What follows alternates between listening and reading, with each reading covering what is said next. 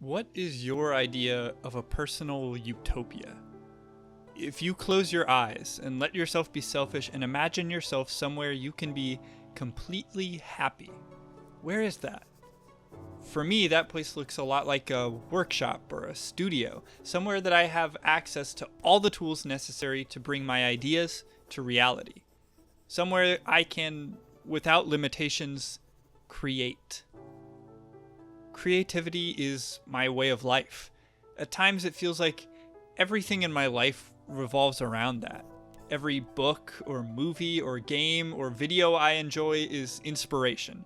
Every class I take or skill I learn is another tool that I can use, and every task accomplished is a step towards free time that I can use on the next project. So, after a couple close friends and I had a blast doing a game jam, we asked ourselves, what if we could do this all the time? And thus, Weird Mage was born. We are a creative studio made up of 3 people who make things you'll love because we love to make them. You're going to see us make video games, board games, podcasts, videos, and other stuff that doesn't quite fit into any category other than weird.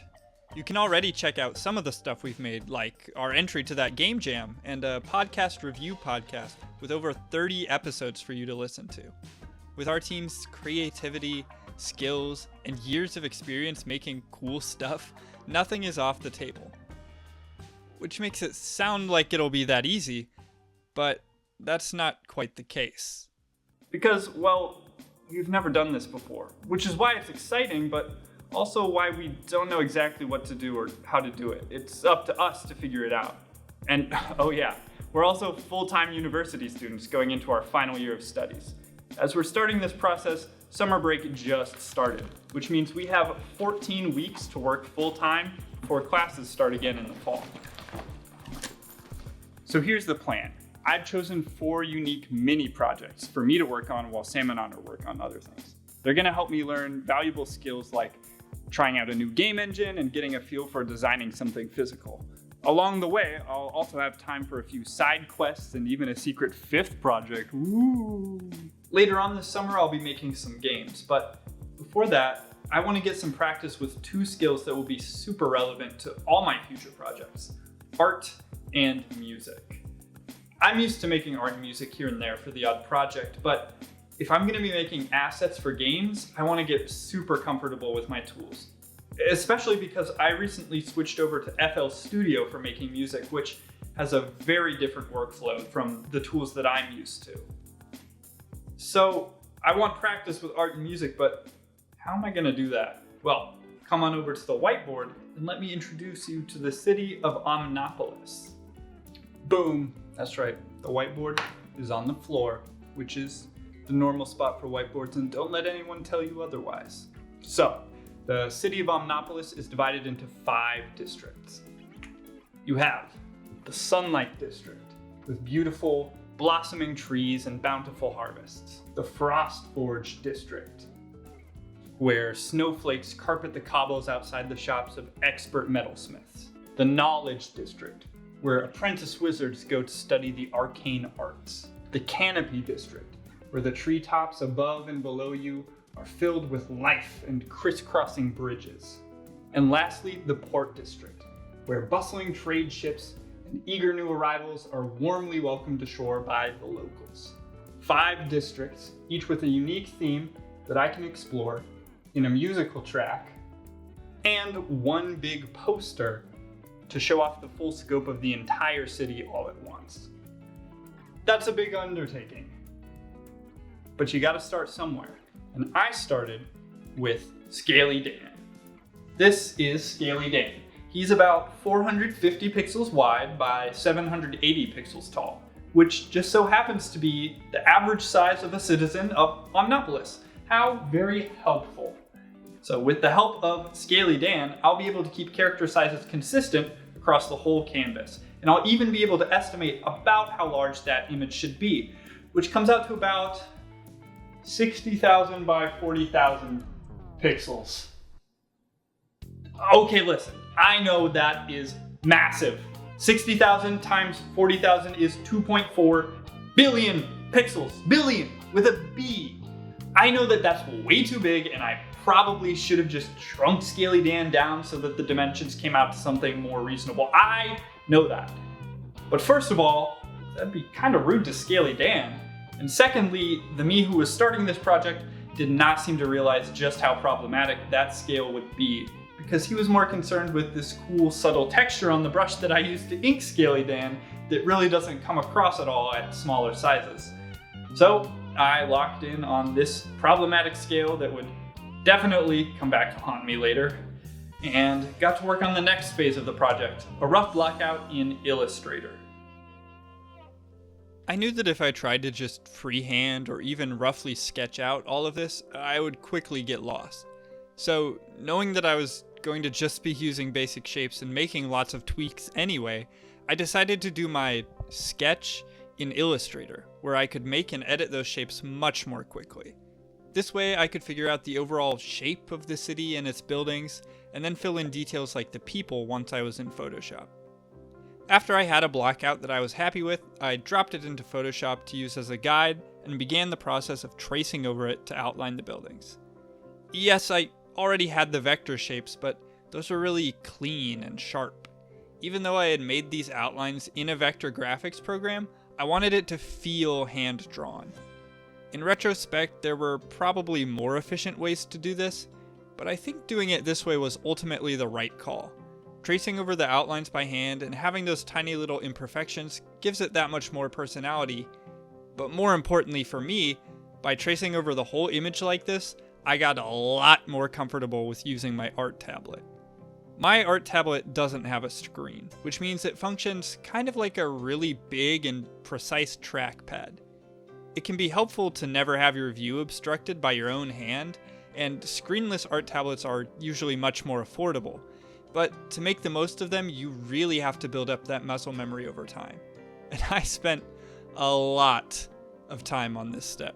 In fact, I settled into a workflow where I would sit for hours tracing over the outlines of each shape on one monitor, while I had nondescript copyrighted material playing in the background on the second monitor.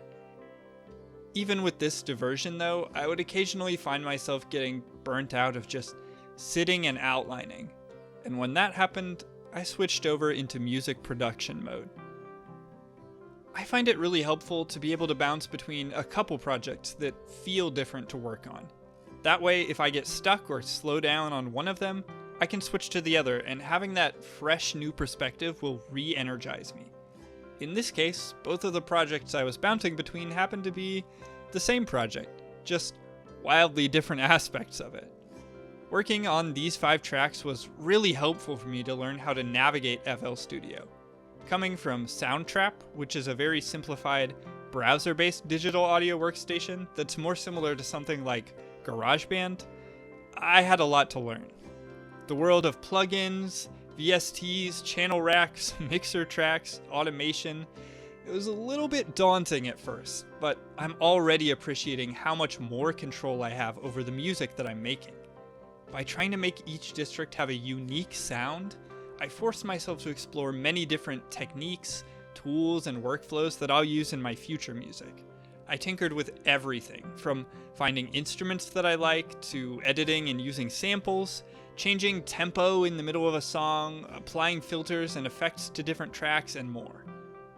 Okay, time to get back to the artwork.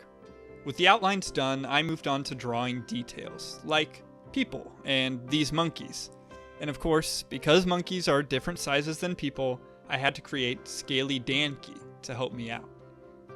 After that, I moved to painting under the outlines. Originally, this actually was all painted with simulated watercolor brushes, but I quickly realized that this was way too time consuming. Because the area was so big, I would need to carefully fill in the whole area by hand if I wanted to get the texture that the brushes provided. Not to mention the extra time it took to even save and load a file this big with all that detail. So I decided to pivot to mostly flat colors and gradients, with a few painted details here and there, like the trees and the waterfall. I was worried this would be a huge downgrade, but in the end it turned out much better than I thought it would. The smooth gradients actually look pretty nice, and Having just a few details painted rather than the whole image really makes them pop. It was at this point that my 2.4 billion pixel decision from earlier was finally starting to catch up to me in something called the scratch disk.